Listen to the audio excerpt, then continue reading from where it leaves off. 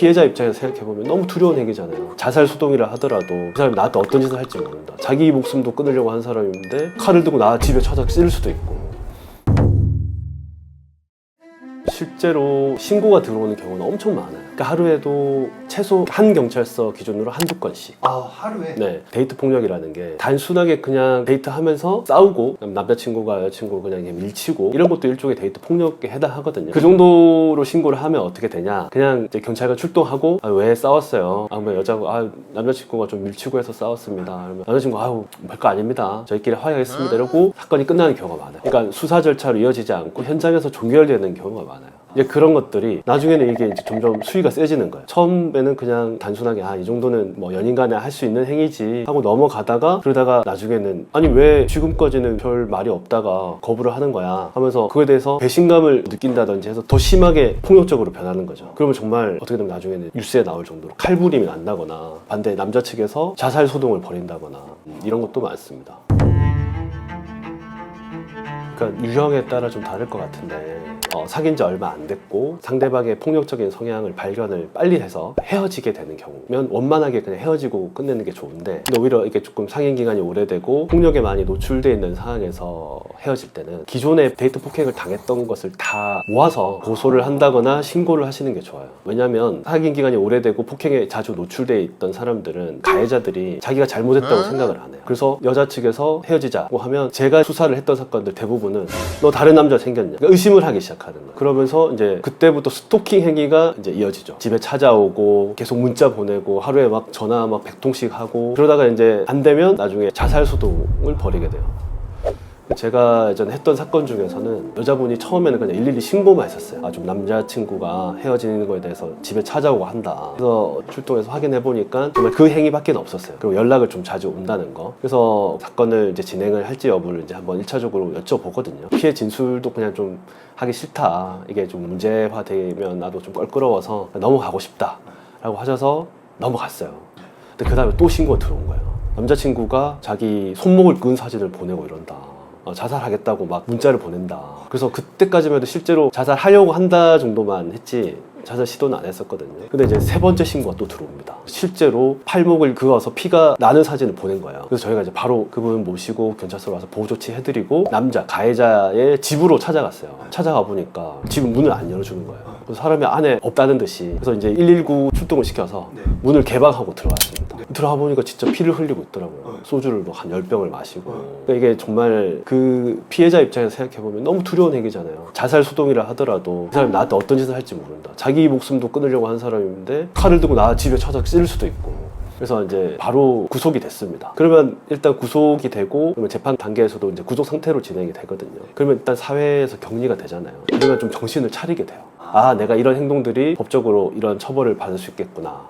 다시 내가 이런 걸 반복하면 안 되겠구나. 결론적으로 말씀드리면 초반에 내가 부당한 대우를 받는다든지 생각이 되면 항의를 하시고 둘 사이에서 해결이 안 될 문제는 경찰관이라든지 제3자를 개입하는 게 좋습니다. 치료를 산다고 하더라도 교화가 된다고 보시나요? 아니면 위험성도 있다 보시나요?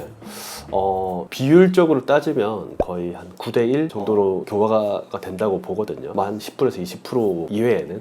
왜냐면 수감 생활을 한다든지 해보면 상당히 힘듭니다. 우리가 일반적으로 그냥 그때 말로 깜방 간다고 하잖아요. 교도소 생활을 해보면 정말 힘들어요. 그러니까 구속을 당해보면 내가 이 자유가 얼마나 소중한 것인지를 알게 되거든요. 그래서 동종 종가가 있으면 더 강하게 처벌을 받으니까 동일한 행위를 했을 때 내가 큰일 나겠구나 하는 생각이 들어요. 근데 그에 반해 정신을 못 차리는 사람도 있긴 하죠. 그러면 이제 진짜 보복 행위를 하긴 하는데 이제 그것까지는 우리가 예측해서 막을 수는 없는 부분이긴 합니다. 어쨌든 신고를 안 했어도 그런 사람들은 그렇죠. 그럼 오히려 신고를 안 한 경우에는 나 이렇게 해도 아무 처벌도 안 받네. 계속 더 괴롭혀야 되겠네. 이런 생각을 하게 되죠. 그러니까 처음에는 보복이 두렵다고 생각할 수도 있지만 결과적으로 전체를 봤을 땐 처음에 그 초기에 신고를 하시는 것이 훨씬 낫습니다. 변호사님, 그러면 스마트워치라고 피해자들을 보호하기 위해서 지급되는 게 있는데 실제로 스마트워치에 어떤 기능이 있는지 설명해 주실 수 있나요? 그러니까 이제 스마트워치가 신변 안전 조치를 위해서 이제 제공을 하는 기기인데요.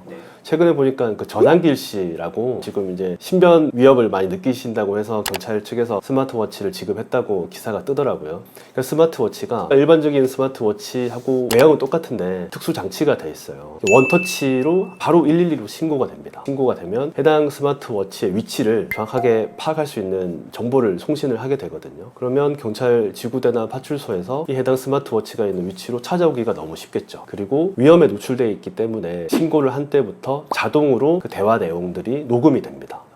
그래서 그 폭력 행위의 현장들에서 어떤 위험이 있었는지가 나중에 증거 자료로 쓰일 수가 있죠. 그러니까 경찰관이 사실 위험에 노출된 분들을 일일이 1대1로 마크를 할 수가 없어요.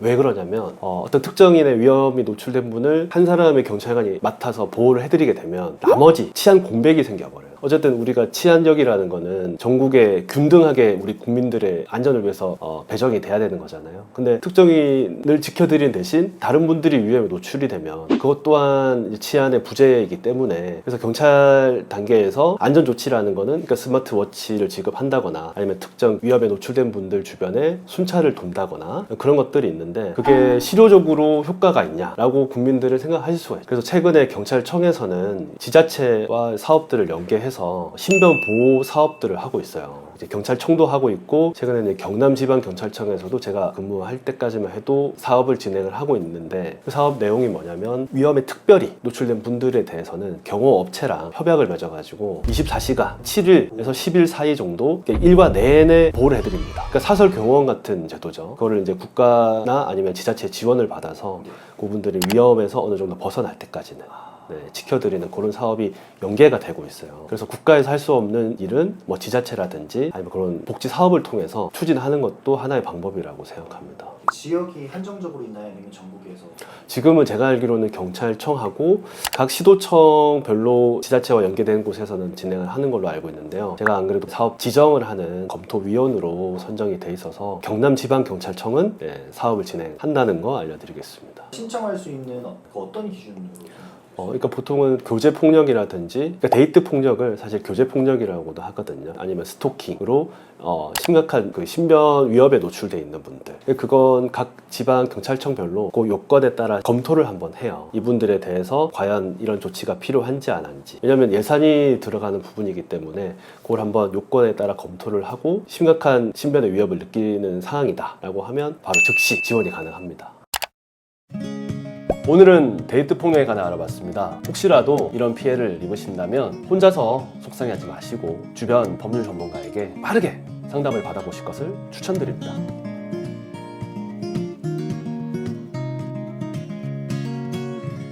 Well, I spend my days scrolling down my feed online, and all the finds all my friends are doing well.